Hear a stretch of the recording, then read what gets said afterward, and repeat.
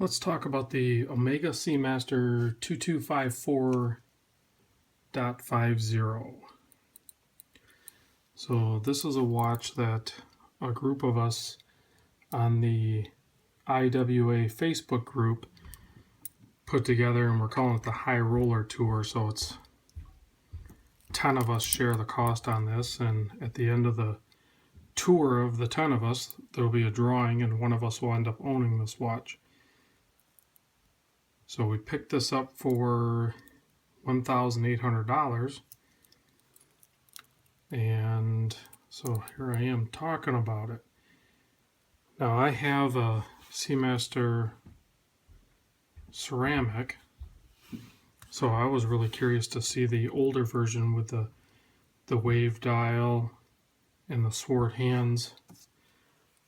And at first, when I first received this and unboxed it and looked at it, I wasn't so much impressed as I was with the ceramic one that I have.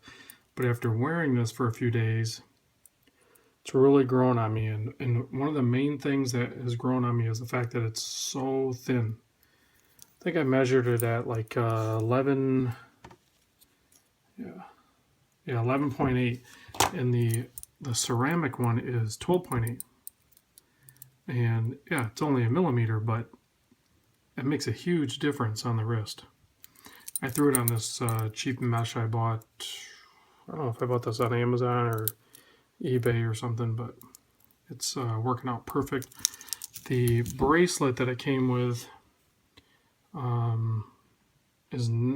it's comfortable, but it's, I don't know, it wasn't doing it for me. I do like the clasp, and this is what everyone talks about on the older clasp. See how it's so symmetrical and flat? So when you open it up, it's all contained in such a tight package. And then when you open up the diver's extension, all that fits in that little piece there. So, and when you put the diver extension back in, you have to make sure that lip right there, you have to make sure that goes underneath. So you scoop it in like that and then snap it in. And then you go ahead and push that in and snap that in. And that's how thin that is. And here's the bracelet, or the old clasp, the original clasp on the ceramic model. See how much shorter it is? Okay. And then it ends up being thicker too. So here's the dive extension. It just snaps into place. So that goes in there, but it's thicker or something, because by the time you put this piece down, the whole thing is thicker, and then they have this piece stick up that protrudes up. So I'm thinking they probably could have engineered that out.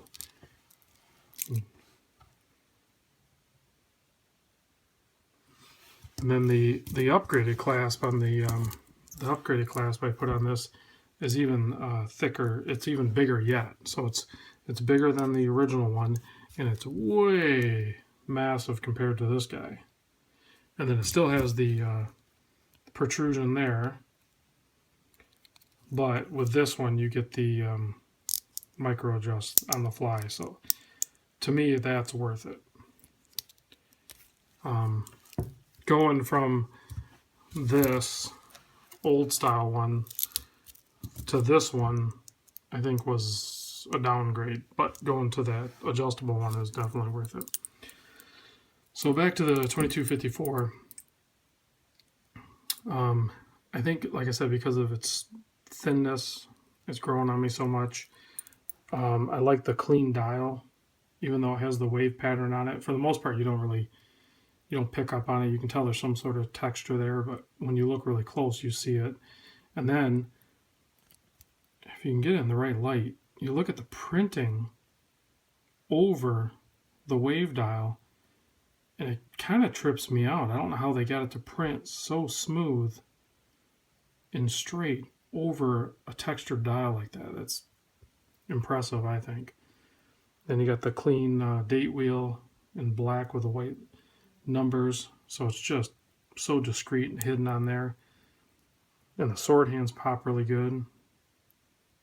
And this one's scratched up a little bit, so it's actually kind of a relief. I'm not afraid to wear it. Whereas my ceramic one, I don't know why, but I kind of baby it.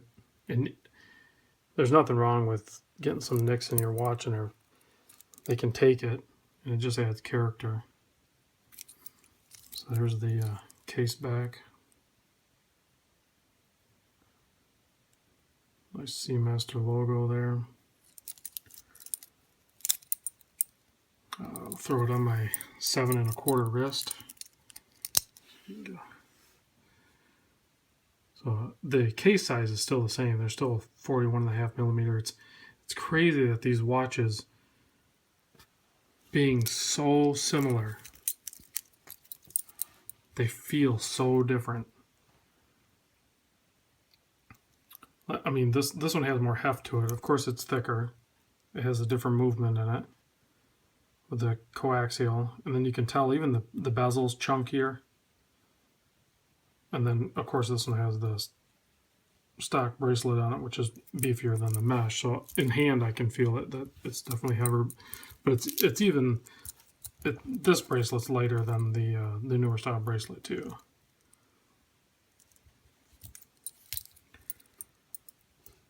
So I'll just give hopefully you can get a good look at it there. I think I got some smudges on the crystal, but you get the point. So, and I was so drawn and used to the applied indices, you know, where this is more like printed or painted on. This just, I mean, if I had to pick the two, because they're really, I don't think they're extremely different in price. To find a really clean one of these, you're talking $2,200 from what I'm seeing. And to find a clean used one of these, I think I've had this a little over a year, and I paid $2,250 for this. And I think you're still going to be in around the $2,500 range. So, I mean, to me, if you're talking about a $300 to $500 difference to get this one, my personal choice is this one, the ceramic. I think you're getting a lot more watch for the money. But I know there's a lot of people out there that don't really care for the ceramic. They would rather have the metal insert, and they like the sword hands and the wave dial and the thinner. So I mean, I get the preference to choose this one over this one. I just think personally this one's a better value if you're going to look at it, you know, for pros and cons, or you know, value for dollar sort of thing. You know, but if you're dead set on getting something like this, now I can tell you I would choose this one over, I don't know the numbers, but you know, the skeleton hand with the wave dial. I would make the leap. I would either go with a sword hand, or I would go, if I'm going to go with a skeleton hand, then I'm getting the ceramic. I'm not a big fan of but again, that's just personal choice. The skeleton hands with the wave dial doesn't really do anything for me. A sword hand with a wave dial, that's pretty sweet looking, I think. If you're going to jump to the skeleton, I would go all the way and just get the ceramic. But that, again, that's just personal preference. And then a lot of it comes down to, you know, the clasp too. I mean, that wears super flat on your wrist and smooth. But you don't have the micro adjust.